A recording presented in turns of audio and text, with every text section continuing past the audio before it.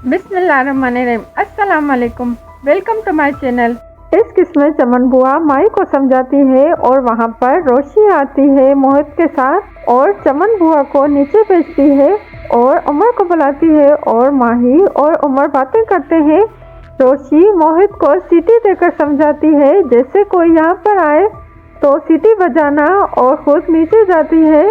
और थोड़ी देर बाद चमन बुआ माई के कमरे में जाने लगती है तो मोहित सीटी बजाकर रोशी को बुलाता है और रोशी चमन बुआ को कमरे में जाने से रोक लेती है और बातें करती है। सीटी बजा के उमर को वहाँ से भेज देते हैं और रोशी चमन बुआ के साथ माई के पास जाती है। तलहा ऑफिस में होता है तो तलहा का बाबा कॉल करके मोहित को लाने के लिए कहता है। तलहा मोहित को लेने रोशी के घर जाता है और तलहा रोशी के दादा के साथ बातें करता है तो वहाँ पर रोशी मोहित को लेके आती है तो तलहा रोशी की तरफ ही देखता है और वहाँ पर सलीका आती है और बैठकर बातें करते हैं तो दादा रोशी को मिठाई लाने के लिए भेजता है तो रोशी किचन में ट्रे सजाती है और सलीका वहाँ पे आके रोशी से कहती है कि तुम्हारे बॉस बहुत हैंडसम है और क्या बात है कि तुम उनकी इतनी खातिर कर रही हो, पर रोशी टाल देती है। तलहा मोहित को घर ले जाने लगता है और रोशी भी दरवाजे तक उन्हें छोड़ने जाती है तो रोशी का पैर कपड़ों में अटक जाता है और गिरने लगती है तो तलहा उसे गिरने से बचा लेता है और कहता है कि कपड़े वही हमेशा पहनने चाहिए जिसमें कंफर्टेबल हो। तो रोशी चिढ़ जाती है और कहती है कि कभी कभी तंज के बगैर भी बात करनी चाहिए और दोनों हंसी मजाक करते हैं। और जाते हुए रोशी तलहा से कहती है कि शादी पे आप जरूर आना।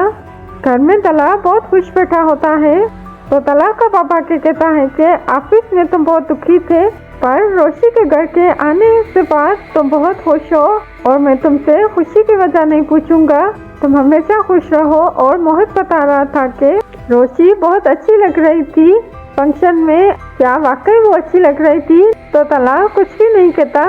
जास्मीन रोहित के रिश्ता तोड़ने की वजह से बहुत रोती है और अपने भाई से कहती है कि वैसे आप बहुत डान बनते हैं पर अपनी बहन की शादी नहीं करवा सकते। तो उसका भाई कहता है फिल्मी अंदाज में कि मैं तुम्हारी शादी रोहित से जरूर करवाऊंगा, चाहे मुझे रोहित की जान से ही गुजरना पड़े। माही का निकाह होता है और माही रोशी को समझाती है कि तलहा मैच्योर है और तुमसे बड़ा है, इस रिश्ते में आगे बढ़ने से पहले ये जरूर बात सोचना। तलहा शादी पर जाने के लिए तैयार होता है और बहुत खुश होता है रोशी की बातें याद करके।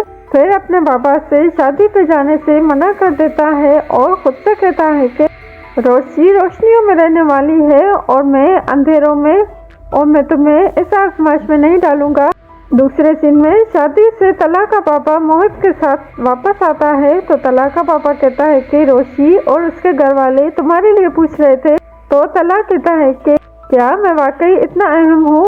और तलहा का पापा तलहा को काफी पीने के लिए बुलाता है। रोशी तलहा की शादी पे न आने की वजह से बहुत उदास होती है और चमन बुआ समझती है कि रोशी माही की शादी की वजह से दुखी है और उसे दिलासा देती है।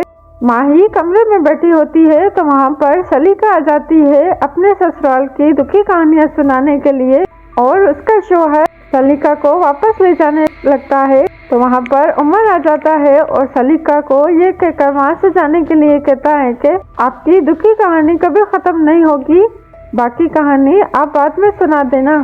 तलहा का बाबा तलहा के लिए काफी बनाता है और उसे कहता है कि कब तक ये सब काम हम खुद करेंगे, तुम शादी कर लो। तो तलहा कहता है कि मैं मोहित को ऐसे नहीं छोड़ सकता।